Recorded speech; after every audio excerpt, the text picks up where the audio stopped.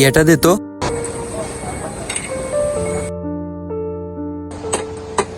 এটা ধর তো।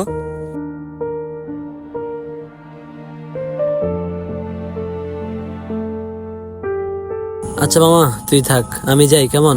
এই শোন, কি রে, কি জন্য ডাকছিস? আজকে তোর বাড়ি থেকে টাকা নিস আজকেও। আচ্ছা ঠিক আছে।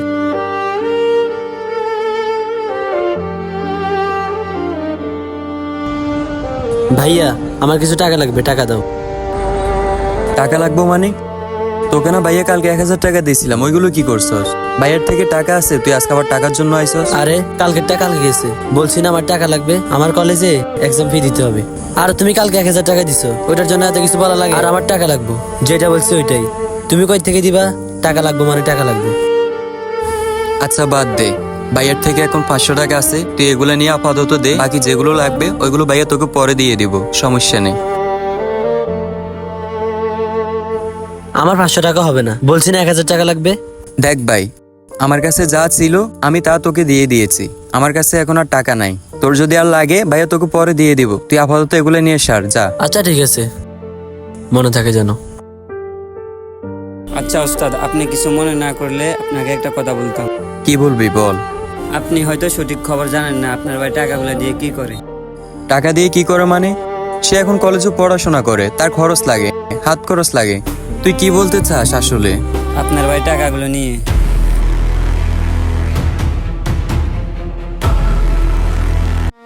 না, আমার ভাই কখনোই এমন হতে পারে না, হয়তো এটা তোর ভুল ধারণা। আচ্ছা ওস্তাদ, আমার কথা যদি আপনার বিশ্বাস না হয়, আপনার ভাই কালকে টাকা নিতে আসলে তার পিছন পিছন গিয়ে দেখেন। আচ্ছা ঠিক আছে, কালকে সে আসুক।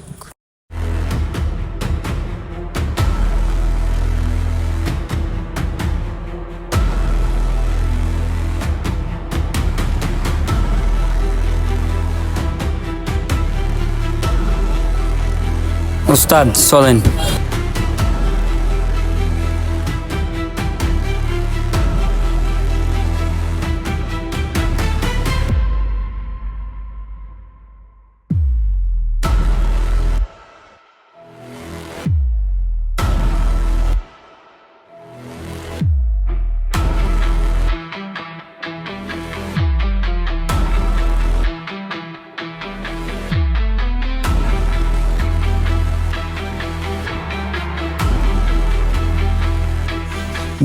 ভাই তুমি? সি ভাই সি, তোর থেকে এগুলো আমি কখনোই আশা করি নাই।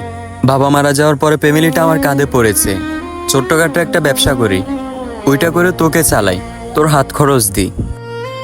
ভাইয়া তোর মুখ থেকে আমি ভাইয়া ডাক শুনতে চাই না, তুই আর আমাকে ভাইয়া বলে ডাকবি না। তোকে মানুষ করতে আমার কত কষ্ট হয়েছে, আমি ছোট্টখাটো একটা ব্যবসা করি, ওইটা করে তোকে চালাই, ফ্যামিলিতে খরচ দিই। আর তুই কি না আমার থেকে টাকা এনে এখানে তোর বন্ধুদের সাথে বসে বসে মাদক সেবন করতেছ। আজকের পর থেকে তুই আর আমাকে ভাইয়া বলে ডাকবি না, এটাই শেষ কথা। ভাইয়া ভাইয়া প্লিজ আমাকে মাফ করে দাও ভাইয়া, প্লিজ, জীবনে আর এই ভুল করবো না। চল, তোর কোনো মাপ নাই, তুই আমার বিশ্বাস নিয়ে খেলছস। থাক ওস্তাদ, আপনার ভাইকে এবারের মতো মাফ করে দিন। হেই বেটা মাপসা। ভাই যে হাতে বই থাকার কথা ছিল, দেখ ভাই, তুই হয়তো জানোস না পরিশ্রম করতে কত কষ্ট হয়। একবার যখন পরিশ্রমে নামবি তখন তুই বুঝতে পারবি পরিস্থিতি কাকে বলে। এগুলো বাদ দে ভাই, সুন্দর মতো জীবনটাকে সাজা, ভালো পড়াশোনা কর, ভবিষ্যতে ভালো কিছু করতে পারবি। তোর যা লাগে সব ভাইয়া দিব, তবে তুই এগুলো ছেড়ে দে ভাই। ভাইয়া আমি আর এগুলো কখনো খাবো না ভাই, এখনকার জেনারেশনটাই এমন, বড় ভাইরা মাথার ঘাম পায়ে পেলে দিনরাত পরিশ্রম করে যায় শুধুমাত্র ছোট ভাইদেরকে মানুষ করার জন্য। কিন্তু কি আর করার, ছোট ভাইগুলা কিছু বকারি ছেলের সাথে আড্ডা দিয়ে নিজের লাইফটাকে ধ্বংস করে ফেলে। তারা কখনোই পরিশ্রমের মর্যাদা দিতে পারে না। বড় ভাই কি পরিমাণ কষ্ট করে সেগুলো তাদের চোখেও পড়ে না। এটাই হলো আমাদের বর্তমান জেনারেশনের অবস্থা।